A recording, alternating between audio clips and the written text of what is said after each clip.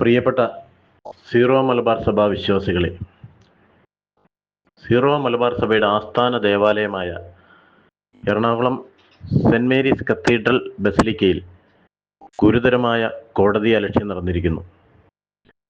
ഏകീകൃത വിശുദ്ധ കുർബാനയ്ക്ക് വേണ്ടി ഇടവകയിലെ വിശ്വാസികൾ കോടതി മുഖാന്തരം കേസ് നടക്കുന്ന അവസ്ഥയിൽ കുർബാനയുടെ ക്രമം അനുസരിക്കാൻ സീറോ മലബാർ സഭയുടെ സിനഡിനെയോ മാർപ്പാപ്പയോ അനുസരിക്കാൻ വിമത വൈദികർ തയ്യാറാകാത്ത സാഹചര്യത്തിൽ ബസിലിക്കയിലെ ചില വിശ്വാസികൾ ചേർന്ന് സീറോ മലബാർ സഭയ്ക്ക് വേണ്ടി തങ്ങളുടെ ആസ്ഥാന ദേവാലയം പരിശുദ്ധമാക്കപ്പെടുന്നതിന് വേണ്ടി കോടതിയിൽ കേസ് കൊടുക്കുകയുണ്ടായി. കാരണം വ്യക്തമാണ്. സഭ നിഷ്കർഷിക്കുന്ന പരിശുദ്ധ സിംഹാസനം ആവശ്യപ്പെട്ടിട്ടുള്ള ഏകീകൃത കുർബാന മാത്രമേ ബസിലിക്കയിൽ നടക്കാവൂ. കോടതിയുടെ ഇന്ന് വിധി പറയാനിരിക്കെ 2/12/2025 ചൊവ്വാഴ്ച കോടതി വിധി പറയാനിരിക്കെ 1/12/2025 തൊട്ട് തലേ ദിവസം വിമതർ മറ്റൊരു പെറ്റീഷൻ ഫയൽ ചെയ്യുകയുണ്ടായി. തങ്ങൾക്ക് വാദം പൂർത്തിയായിട്ടില്ല എന്നും തങ്ങൾക്ക് വീണ്ടും വാദിക്കണമെന്നും അങ്ങനെ ആവശ്യപ്പെട്ടുകൊണ്ട് ഒരു പെറ്റീഷൻ ഫയൽ ചെയ്യുകയുണ്ടായി. അത് കോടതി പരിഗണിക്കാനിരിക്കെ ഇന്ന് ബസിലിക്കയുടെ കേസ് വിധി പറയാനിരിക്കെ ആശയക്കുഴപ്പമുണ്ടാക്കുന്ന രീതിയിൽ പരസ്പര പൂരകങ്ങളായ വിരുദ്ധങ്ങളായ രണ്ട് കാര്യങ്ങൾ ആവശ്യപ്പെട്ടുകൊണ്ട്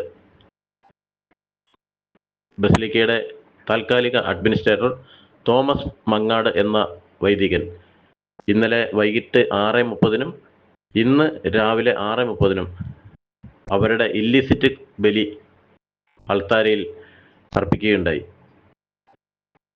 വിശ്വാസികൾ ഒന്നടങ്കം രോഷാകുലരാണ്.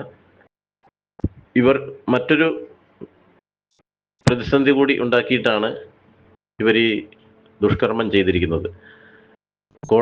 ഹൈക്കോടതിയിൽ ബസിലിക്ക ആക്ഷൻ കൗൺസിലിനെതിരെ ഏതാണ്ട് 5 വ്യക്തികൾക്കെതിരെ ഇവർ പോലീസ് പ്രൊട്ടക്ഷൻ ആവശ്യപ്പെട്ടുകൊണ്ട്, കാരണം ആക്ഷൻ കൗൺസിൽ അംഗങ്ങൾ ചെന്ന് തടയുമോ എന്ന് ഭയന്ന്, കോടതി വിധിയെ ഭയന്ന് ഇവരിന്ന് കുർബാന അർപ്പിക്കാൻ പോലീസിന്റെ സഹായം തേടിയിട്ടുണ്ട്.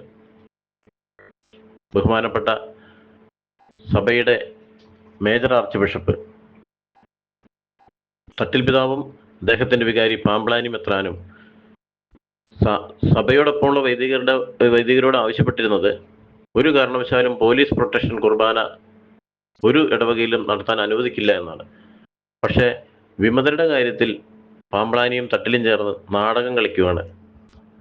അതിന്റെ ഫലമാണ് പോലീസിന്റെ സഹായത്തോടുകൂടി സഭ ഇല്ലിസിറ്റ് എന്ന് പ്രഖ്യാപിച്ച കുർബാന വീണ്ടും ബലിപീഠത്തിൽ അർപ്പിക്കപ്പെടുന്നത്. ഇത് സീറോ മലബാർ സഭയ്ക്ക് അപമാനമാണ്.